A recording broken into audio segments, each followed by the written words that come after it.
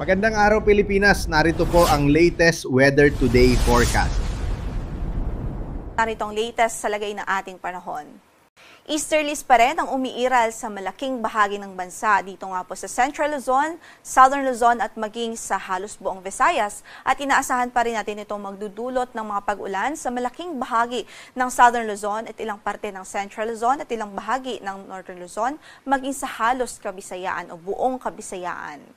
Samantala, yung northeasterly wind flow o yung hangin na nanggagaling sa hilagang silangan ay ramdam ngayon dito sa extreme northern Luzon at inaasahan natin magdudulot po ito ng isolated na mahihinang mga pagulan dito sa dulong hilagang Luzon. Update naman sa LPA na minomonitor natin sa labas ng ating area of responsibility. Huling nakita ito sa layong 1,505 kilometers silangan ng Eastern Visayas. So sa makikita nga natin sa latest satellite imagery natin, napakalayo pa nito sa ating landmass at wala pa po itong direct effect sa anumang bahagi ng ating kalupaan. Inaasahan din ho natin that within today ay papasok din ito sa ating area of responsibility, most likely po as low pressure area. Pero sa ating analysis din, within the period of 24 to 36 hours ay mataas po yung chance na ma-develop ito bilang isang bagyo. At once na ma-develop po ito bilang isang bagyo sa loob ng ating area of responsibility, ay papangalanan po natin siyang si Bagyong Ramil. At based sa ating projections, generally west-northwestward ang kanyang movement. So mataas po yung tsansa ng landfall scenario nito between the areas of Cagayan and Isabela. At again, hindi natin inaalis ang tsansa na mas mag-southward pa o bumaba pa ang kanyang track. So nakikita din natin at hindi natin niro-rule out ang tsansa na lumapit muna ito dito sa Bicol area o Bicol region bago po tuluyang pumunta dito sa ilang bahagi ng Central at Northern Luzon. So ang ating advice sa ating mga kababayan, patuloy na magantabay sa magiging update ng pag-asa dito sa weather disturbance dahil mataas pa po yung uncertainty nito lalo na't malayo pa po at LPA pa lang siya sa ngayon.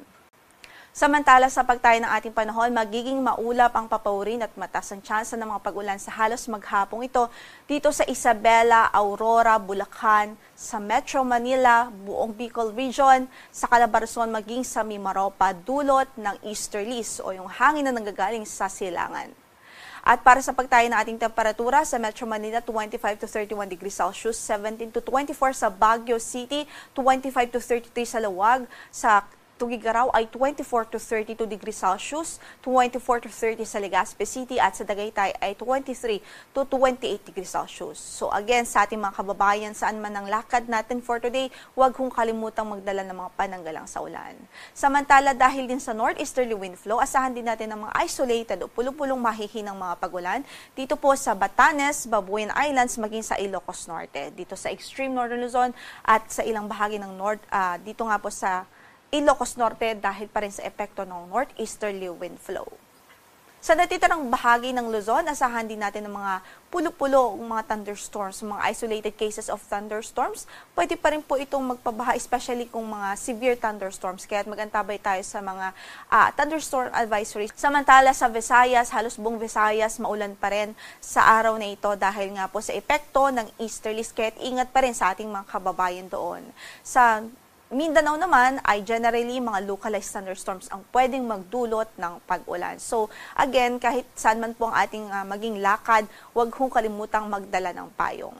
Sa Tacloban, 26 to 30 degrees Celsius ang inaasahang magiging agwat ng temperatura. Cebu ay 26 to 30 degrees Celsius, 26 to 32 sa Iloilo. Sa Zamboanga, 26 to 33 degrees Celsius. Sa Davao ay 25 to 33 degrees Celsius, habang sa Cagayan de Oro po ay 24 to 31 degrees Celsius. Sa kasalukuyan, wala din po tayong gale warning na nakataas sa namang bahagi ng ating mga baybaying dagat, banayad hanggang sa katamtaman na magiging kondisyon sa malaking bahagi ng bansa. Pero dito sa extreme northern Luzon ay katamtaman ang ating pag-alon. So ingat pa rin po sa ating mandaragat, especially yung mga gumagamit po ng maliliit na sasakyang pandagat.